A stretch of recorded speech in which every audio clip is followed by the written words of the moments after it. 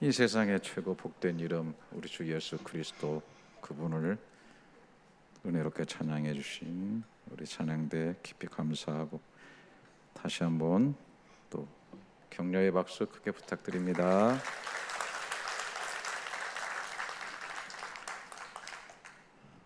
너희가 믿음 안에 있는가 스스로 시험해 보고 확증하라고 오늘 말씀하고 있습니다. 도키마제테, 확증하라, 확신하라, 그런 뜻이 되겠습니다. 이 세상의 모든 종교와는 달리 우리 기독교에서는 확신한다는 말을 많이 사용하고 있습니다. 하나님의 살아계심을 확신하고 내 믿음을 확신하고, 특별히 이제 구원의 확신이라는 거 있죠. 구원받았음을 확신한다는 말을 사용합니다. 왜 우리가 그런 말들을 쓰는가? 우리가 믿고 있는 성경에서 그런 확신을 요구하기 때문이라고 생각해요. 요한복음 10장 28절부터 29절에 보면 내가 그들에게 영생을 주노니 영원히 멸망하지 아니할 것이요 또 그들을 내 손에서 빼앗을 자가 없느니라. 그들을 주신 내 아버지는 만물보다 크시며 아무도 아버지 손에서 빼앗을 수 없느니라. 하나님께서 우리를 사랑하셨다. 그리고 우리를 구원의 손으로 붙잡으셨다. 그런데 그 하늘 아버지의 손은 우주 만물을 창조하신 손이시고, 그렇기 때문에 우주보다 최고로 강하고 크신 손이라는 거죠. 그래서 만약에 이 손보다 더 강한 것이 있으면 와서 뺏어갈 수 있을 텐데, 하나님의 손은 가장 크기 때문에 결코 빼앗을 것이 없다. 한마디로 우리의 구원은 참 확실한 거다라고 하는 것을 강조하고 있습니다. 요한복음 5장 24절부터 내가 진실로를 계속 사용하고 있어요. 너에게 이르노니 내 말을 듣고 또 나 보내신 이를 믿는 자는 영생을 얻었고 심판에 이르지 아니하나니 사망에서 생명으로 옮겼느니라. 이미 영생을 얻었다는 거죠. 그리고 사망에서 생명으로 옮겨졌다. 예수 믿는 순간에 사망의 열차에서 생명의 열차로 이미 옮겨졌다. 진실로. 그래서 우리는 그런 존재가 된 것을 확신한다라고 하는 것입니다. 요한 1서 5장 13절에도 내가 하나님의 아들의 이름을 믿는 너희에게 이것을 쓰는 것, 즉 성경을 기록하게 된 것은 너희로 하여금 너희에게 영생이 있음을 알게 하려 함이라. 왜 성경이 쓰여졌는가? 예수가 구원을 이루셨고 그것을 믿는 자들에게는 이미 영생이 있다라는 사실을 알게 하고 확신시켜 주기 위함이다라는 거예요. 그래서 이런 말씀들을 통해서 우리는 구원의 확신이라는 말을 쓰게 되는 것이죠. 존 칼빈은 그의 저서 기독교 강요에서 구원의 확신은 우리 속에 계신 성령의 내적 증거와 말씀의 객관적 약속이 함께 작용하게 될 때 생기는 열매라고 정의를 합니다. 확신은 어떤 자만이나 교만이 아니고 그것은 지극히 겸손하게 하나님의 말씀에 의지한 믿음의 열매라고 하는 것입니다.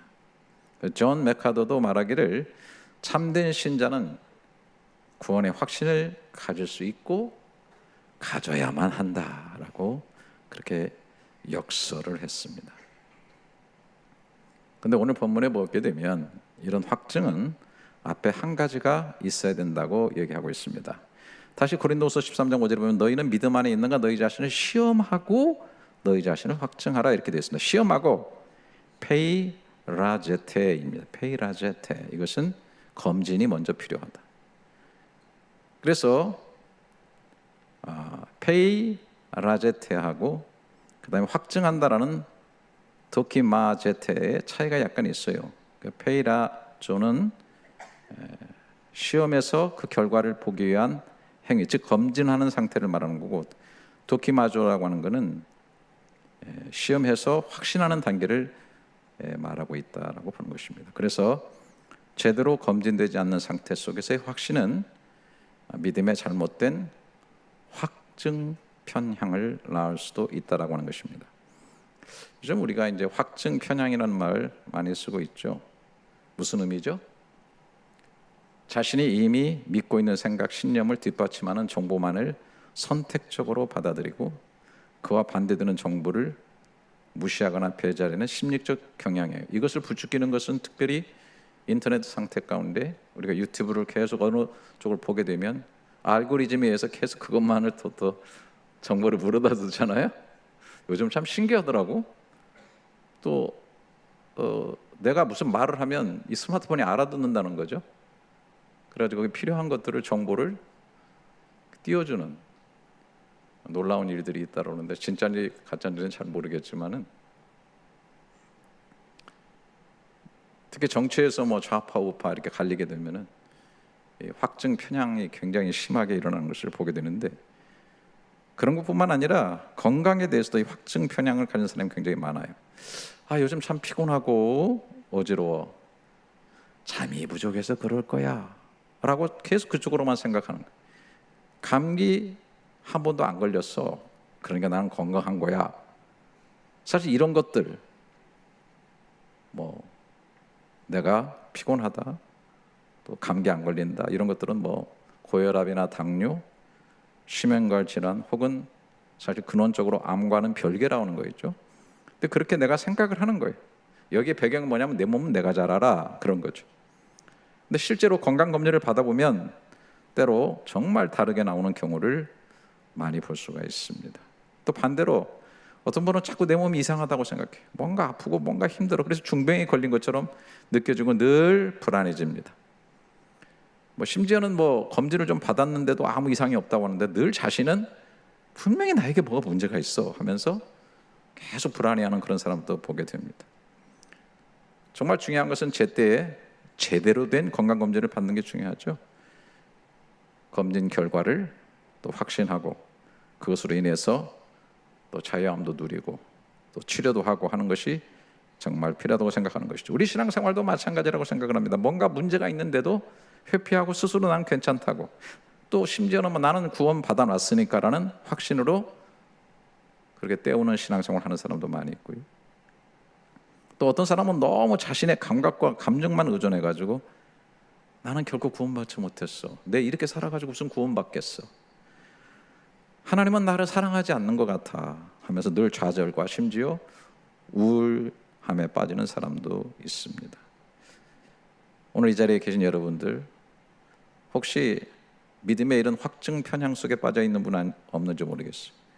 나는 스스로 괜찮다라고 자기 스스로 확신한다든지 내 감정에 빠져서 나는 어쩔 수 없어 구원받기는 글러먹었어 내 양심이 나를 말하고 있어 나는 틀렸어 라고 좌절하고 계신 분은 없는지 모르겠습니다. 중요한 것은 우리가 하나님 앞에서도 정기검진도 받아보고 또 하나님 앞에서의 진단도 필요하다라고 하는 것입니다.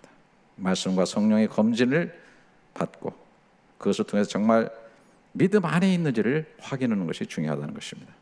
그래서 다시 또 시작합니다. 고린도서 13장 5절 너희는 믿음 안에 있는가? 너희 자신을 시험하라. 믿음 안에 있는가? 믿음 안에 있는가? 라고 하는 확인이 정말 필요하다는 것입니다. 왜 이게 제일 중요하냐면 디모데전서 1장 19절에 이렇게 말했어요. 믿음과 착한 양심을 가지라. 어떤 이들은 이 양심을 버렸고 그 믿음에 관해서는 파선하였다라고 얘기했어요. 인생을 살아가다 보니까 자신도 모르게 이 양심이라는 것이 딱딱해졌어요.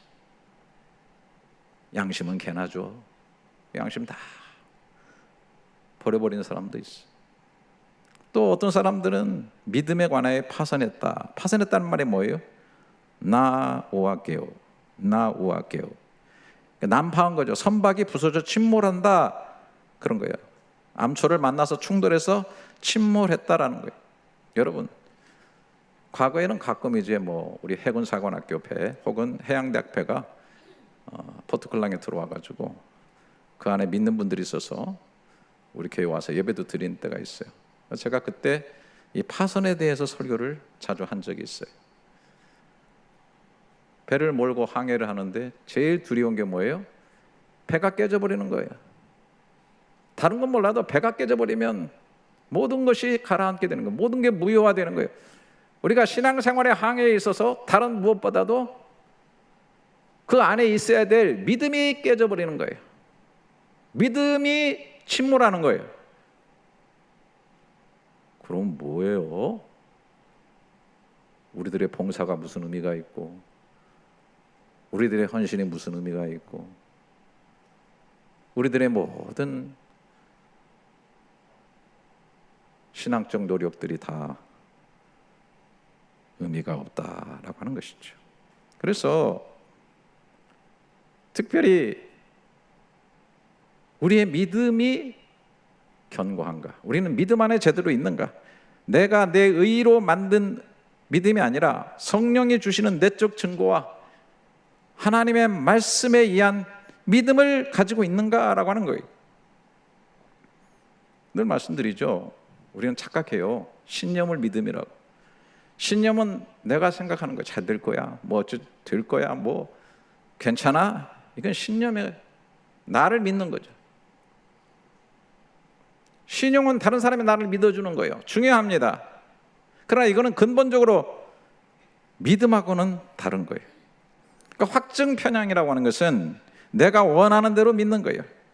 그러나 믿음의 진정한 확신은 하나님이 말씀하신 대로 믿는 거예요. 그래서 성경은 하나님을 믿는다, 말씀을 믿는다고 하는 거예요. 제가 늘 말씀드리면 베드로가 무리를 걸었죠. 무리를 걸은 게 아니에요. 오라 하신 말씀 위를 걸은 거예요. 말씀을 믿고 간 거예요. 자기 생각을 이렇게 될 것이다. 중요하죠. 또 그래 긍정적인 마인드를 갖는 것도 좋아요. 그러나 그거는 흔들리는 거예요. 온전한 것이 아닙니다. 그래서 잘못된 깨지는 믿음은 자기 안에서 나오는 거예요. 언젠가는 깨져요. 그러나 진정한 믿음은 하나님의 말씀과 성령의 내적 증거에서 나온다라는 사실 우리가 꼭 기억해야 되겠어요. 자, 이 말씀을 더 확실하게 이해하기 위해서 왜 바울이 오늘 본문 고린도서 13장에서 이 말씀을 했는지에 대한 또 배경도 한번 살펴보기를 원합니다. 항상 성경을 전후 문맥을 항상 살피는 게 너무 중요해요. 그냥 몇 구절만 뽑아가지고 그냥 그렇게 확증 편향으로 그냥 성경 해석해대고 막 이렇게 하면은 정말 안 돼요. 잘못됐어요. 너무너무 문제가 심각해요. 우리 오염됐어요, 기독교가. 자, 고린도서 13장 1절부터 3절을 보니까 이제 내가 이제 세 번째 너희에게 가리니 두세 증인의 입으로 말마다 확정하리라. 내가 이미 말하였거니와 지금 떠나 있으나 두 번째 대면하였을 때와 같이 전에 죄 지은 자들과 그 남은 모든 사람에게 미리 말하노니 내가 다시 가면 용서하지 아니하리라. 이는 그리스도께서 내 안에서 말씀하시는 증거를 너희가 구함이니 그는 너희에게 대하여 약하지 않고 도리어 너희 안에서 강하시니라 그랬어요. 자, 고린도 교회가 굉장히 문제가 많아가지고 바울이 두 번째 방문했는데 문제가 많다 보니까 정말 가서 악유를 많이 했어요. 그리고 뭐 다툼도 심했던 거예요. 굉장히 뭐 또 바울이 성격이 급하니까 막 열을 받고 굉장히 문제가 많았어요. 해결이 안 되니까 내가 세 번째 다시 오겠다 씩씩거렸는데 결국 가지 않았어요. 왜? 또 가면은 내가 내 성기를 못 이겨가지고 문제가 심각해질 것 같다. 그러니까 가지 않겠다. 그리고 눈물의 편지라는 걸 보낸다고 성경이 되어 있죠. 눈물의 편지를 눈물로 편지를 썼다. 그래서 보냈는데 그래도 이 편지가 작동을 한 것 같아요. 그래서 문제가 어느 정도 해결이 됐는데 여기 그리고 나서 이제 고린도후서를 보낸 거예요. 근데 오늘 13장에 세 번째 너에게 이제 가겠다라고 얘기를 하는데 지금 이 전후 문맥으로 봐가지고 뭐 가서 용서치 않겠다, 뭐 어쩌겠다, 뭐 죄 지은 자들은 뭐 이런 얘기를 하는 걸로 봐가지고 다 해결된 것 같잖아요. 근본적으로 해결되지 않는 문제가 있어요. 그게 하나가 뭐냐면은 이것도 근본적인 문제인데 이 바울의 사도직에 관한 사람들의 의심과 비판이었습니다. 진짜 사도 맞아? 짝퉁 아니야? 이제 이게 치명적이죠. 뭐 그 사도성에 대해서 의심이 드러나니까 그가 말한 것에 대해서 당연히 의심할 수밖에 없는 거죠. 그래서 이제 그 앞에 고린도후서 11장 5절에 보면 이런 말도 해요. 나는 지극히 크다는 사도들보다 부족한 것이 조금도 없는 줄 생각. 스스로가 이런 말을 하니까 좀 약간 이상하긴 한데 그래도 이런 얘기를 할 수밖에 없는 거예요. 야, 큰 사도들? 사도라는 게 뭐예요? 다 예수님 따라다니고 예수님 하신 말씀 들었던 사람들, 특별히 뭐 제자들이겠죠. 그런 큰 사도들이 있는데 너희가 그분들을 큰 사도라고 존경하지만은 그러나 나도 조금도 부족함이 없다 그분들한테. 나 진짜 사도거든 그 말이거든요. 무슨 말이냐? 나도 담에색에서 부활하신 예수님 만났어. 그리고 성령으로 말미암아 깊이 기도하는 가운데 이방인의 사도로 나를 확실히 부르신 걸 내가 확실히 알아. 갈라디아서는 심지어 뭐라고 그랬어요? 어머니 뱃속에서부터 나 이방인 사도로 하나님께서 부르셨어. 그럴 정도에 아주 확신이 있었어. 그리고 오히려 고린도 교회에는 거짓 사도들과 선생들이 있다고 비판해요. 고린도후서 11장 17절 보니까 그런 사람들은 거짓 사도의 속이는 일꾼이 자기를 그리스도의 사도로 가장한다. 이상한 일이 아니야. 사탄도 자기를 광명한 천사로 가장한다라고 그렇게 강력하게 헛소리하는, 바르지 못한 복음을, 다른 복음을 전하는 자들에 대해서 그렇게 얘기합니다. 자, 그리고 13장 3절을 다시 보세요. 이는 그리스도 안에서 내 안에서 말씀하신 증거를 너희가 구하면. 자, 저를 보세요.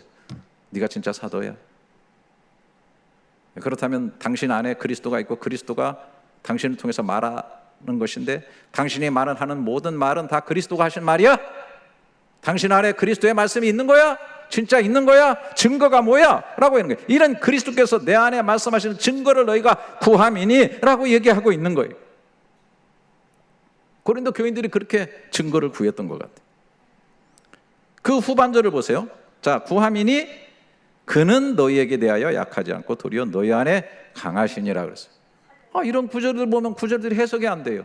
여러분들의 성경이 있다가 해석 안 되면 다 그냥 지나가고, 이런 구절을 여러분 어떻게 해석할 거예요? 이게 도대체 뭐야? 그리스도께서 내 안에서 말씀하는 증거를 너희가 구하고 있는데 그는 너희에게 대하여 약하지, 그는 누구예요? 예수님이겠죠? 너에게 대하여 약하지 않고 도리어 너희 안에 강하시니라. 이게 도대체 어떻게 해석을 해야 된단 말이에요? 근데 전후 문맥을 보면 그렇게 해석할 수 있죠. 야, 너희들이 내가 말하는 것이 그리스도의 말이라고 그렇게 하는 증거를 대라고? 그리스도의 말인가 증거를 대라고? 그 그리스도는 너희 안에도 있어. 너희가 그리스도를 모셨다면 그가 약하게 너희 속에서 말씀하신 게 아니라 분명하고 강하게 너희 속에서 말씀하실 거야. 그는 너희 속에서 약하시지 않아. 강하게 말씀하시는 분이야. 분명하게 말씀하시는 분이야. 왜 그것을 의심해? 너희들도 알 거 아니야. 너희들이 분명히 예수를 모시고 있다면 너희 속에도 분명히 내가 짝퉁이 아니고 진짜 사도라는 것을 분명히 말씀하실 텐데, 너희가 그것을 듣지 못하니 내가 그것을 내 입으로 말해야 되겠어? 라고 하면서 오늘 우리가 암송한 5절을 얘기하고 있는 거예요. 너희는 믿음 안에 있는가? 너희 자신을 시험하고 너희 자신을 확증하라. 예수 그리스도께서 너희 안에 계신 줄을 너희가 스스로 알지 못하느냐? 그렇지 않으면 너희는 버림받은 자니라. 무슨 말이에요? 너희가 나가 사도인지 아닌지 시험하려고 하지 마.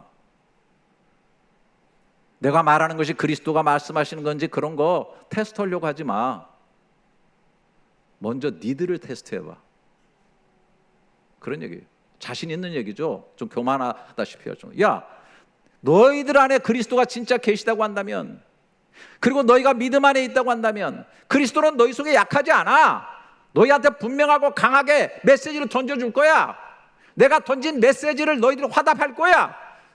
내 입에서 나오는 말씀들이 다 그리스도 중심적이고 복음 중심적인 것을 너희들이 분명히 깨달게 될 거야. 예수님이 말씀하신 대로 내 양은 내 음성을 듣느니라. 내 양이 아니기 때문에 너희가 내 음성을 못 듣는 거야.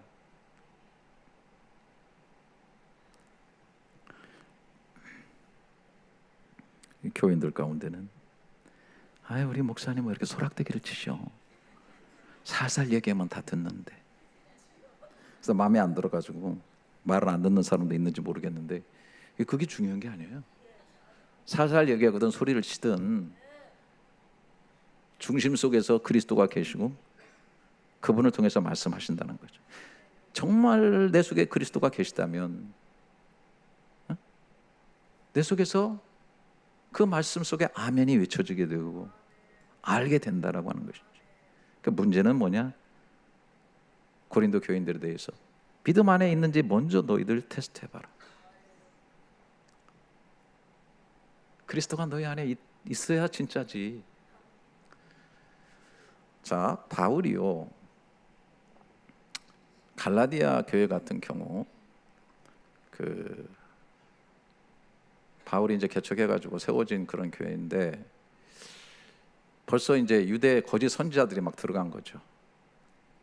유대인들은 사실 이 구약을 백그라운드로 하고 있다 보니까 이제 예수를 믿어도 그 참 제일 받아들이기 어려운 건 십자가에 죽으셔서 구원을 이뤘다는 사실이에요. 뭔가 그걸 가지고 미지네. 그러니까 이제 구약적인 할례도 받아야 되고 절기도 지켜야 되고 뭐 안식일도 지켜야 되고 뭐 이것 do this do that 이것하고 저것 해야 되는 거예요. 자꾸 이제 그런 걸 끌고 들어와 가지고 그래야 이제 구원이 완성되는 것처럼 자꾸 얘기를 하는 거죠. 이것을 철저하게 다른 복음이라고 바울이 얘기하면서 그것에 대해서 이제 비판도 하고 이제 가르치는데, 그러면서 바울이 자기 자신의 신앙에 대해서 아주 정확하게 고백한 내용이 나와요. 자기라고 하면서 그게 우리가 너무 잘 알고 있는 갈라디아서 2장 20절부터 21절입니다. 내가 그리스도와 함께 십자가에 못 박혔나니 그런즉 이제는 내가 사는 것이 아니요 내 안에 그리스도께서 사시는 것이다. 이제 내가 육체 가운데 사는 것은 나를 사랑하사 나를 위하여 자기 자신을 버리신 하나님의 아들을 믿는 믿음 안에서 사는 것이다. 내가 하나님의 은혜를 피하지 아니하노니 만일 그렇게 되는 것이 율법으로 말미암으면 그리스도께서 헛되이 죽으셨느니라. 자, 잘 정리합니다. 내가 그리스도와 함께 십자가에 못 박혔다.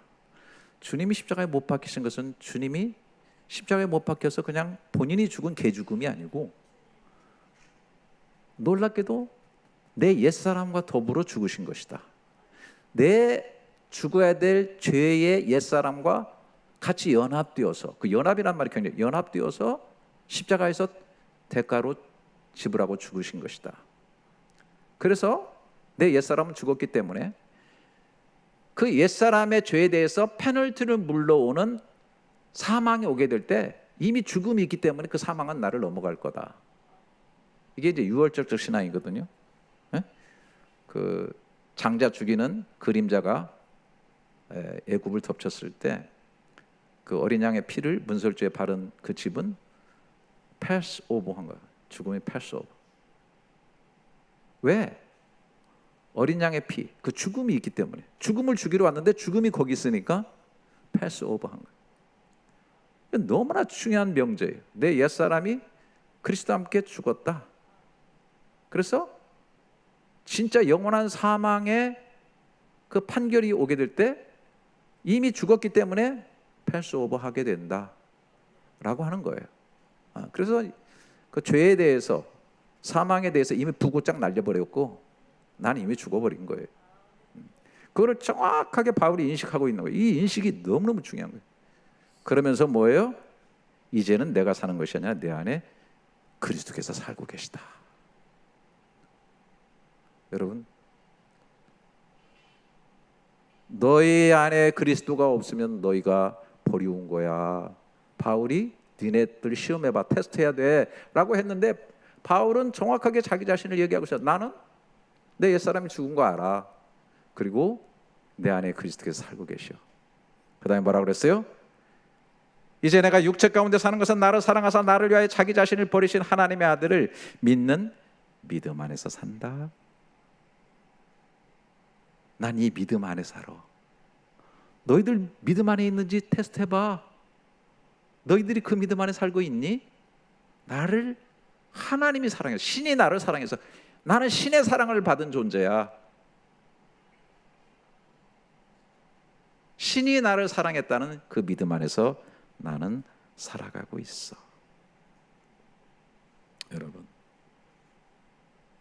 여러분은 정말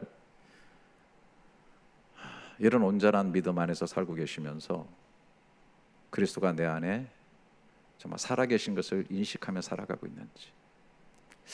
자, 우리 요한복음 3장 16절을 하나님의 세상을 이처럼 사랑하사, 이 정도는 다 아시죠? 자, 저를 눈을 회피하지 마세요.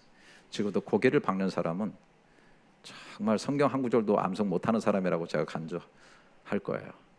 하나님의 세상 이처럼 사랑 우리 크게 한번 외워보도록 할게요. 할 수 있죠? 절 보고 하세요. 좋게 말할 때 하세요. 자, 시작. 하나님의 세상을 이처럼 사랑하사 독생자를 주셨으니 이는 저를 믿는 자마다 멸망치 않고 영생을 얻게 하려 하심이라. 할렐루야. 여러분들에게 박수 한번 쳐주세요. 아이고 잘하셨어요. 뭐 그렇죠. 사랑한다고 신이 말로만 하지 않았어요.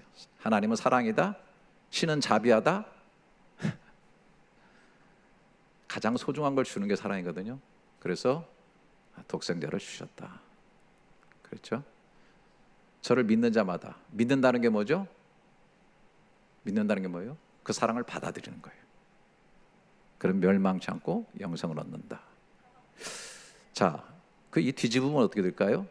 그 사랑을 거부하면 멸망한다는 뜻이에요. 좀 잔인하죠? 근데 어쩔 수가 없어요. 햇살이 쫙 비쳐요. 여기 환해요. 그 받고 있는 쪽은 환한데 뒤에 보면 진한 어둠이 있어요. 사랑은 양면성을 가져요. 여러분 나무에 붙어있는 줄기, 포도나무 비유했죠?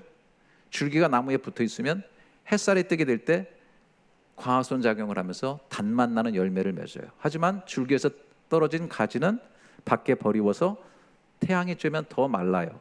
그래서 나무꾼이 주워다가 불에 던지면 잘 타요. 하나님의 세상을 이처럼 사랑하고 독생자까지 주셨어요. 근데 그것을 받아들이냐 받아들이지 않느냐의 문제.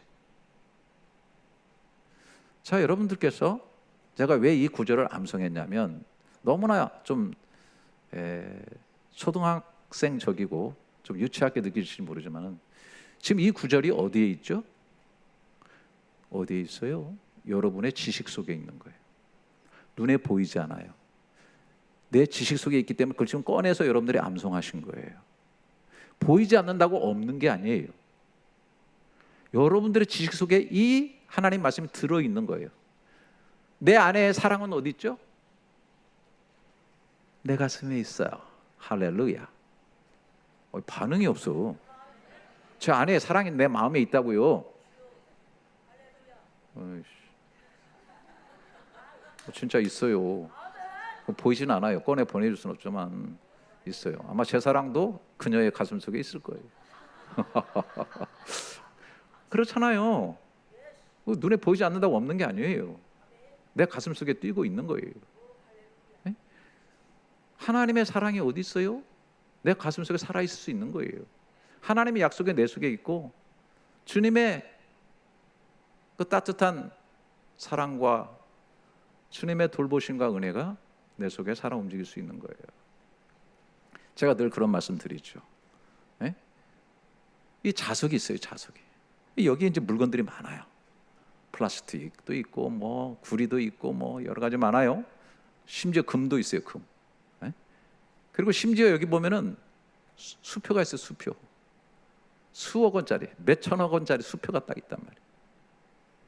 근데 자석을 다 들이대면 붙질 않아요. 철 성분만 가진 것이 달라붙어요. 그리고 그 철이 계속 자석에 비벼지면 자성이라는 걸 가져요. 그래서 그것이 다른 철을 또 끌어당길 수 있는 거예요. 우리가 이것이 무슨 성분인지, 철 성분인지 아닌지를 알려고 하면 자석을 딱 대보면 알게 되는 거예요.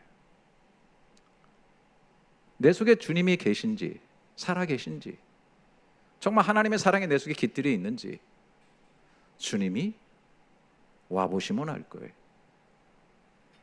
그런 일들을 성경에 대해서는 이 얘기를 하고 있어요. 마태복음 24장 30절에 그때 인자의 징조가 하늘에서 보이겠고 그때 땅의 모든 족속들이 통곡하며 그들이 인자가 구름을 타고 능력과 큰 영광으로 오는 것을 보리라. 그가 큰 나팔 소리와 함께 천사들을 보내리니 그들이 그의 택하신 자들을 하늘 이 끝에서부터 저 끝까지 사방에서 모을 것이다. 자, 주님이 오세요. 자, 이것은 실제로 앞으로 일어날 일이지만 또 하나의 모형이기도 하다고 생각해요. 오늘 이 자리에 주님이 임재하세요. 그러면 구원받는 자들이 들려 올려질 거예요. 붙어 올려질 거예요. 그럼 붙어 올려질 자 누구고 붙어 올려지지 못할 자 누굴까요? 예수 그리스도 성분을 가진 자, 사랑의 성분을 가진 자, 너희 자신을 시험하고 믿음 안에 있는지, 그리스도의 생명이 너희 안에 있는지 확증하라. 그 안에 있는 자들은 붙어 올려짐을 분명히 받을 거예요. 자, 저는 이렇게 말씀드릴 수밖에 없을 것 같아요. 만약에 주님이 이 자리에 공중에서 재림하신다고 할 때 붙어 올려지는 자의 모임, 그 총회, 그러니까 리얼 처치인 거죠. 코스메틱 처치인 거예요. 우주적 처치, 불가시적 처치. 주님이 말씀하셨어요. 내 교회를 세우리라 하신 그 내 교회, My Church, My Body.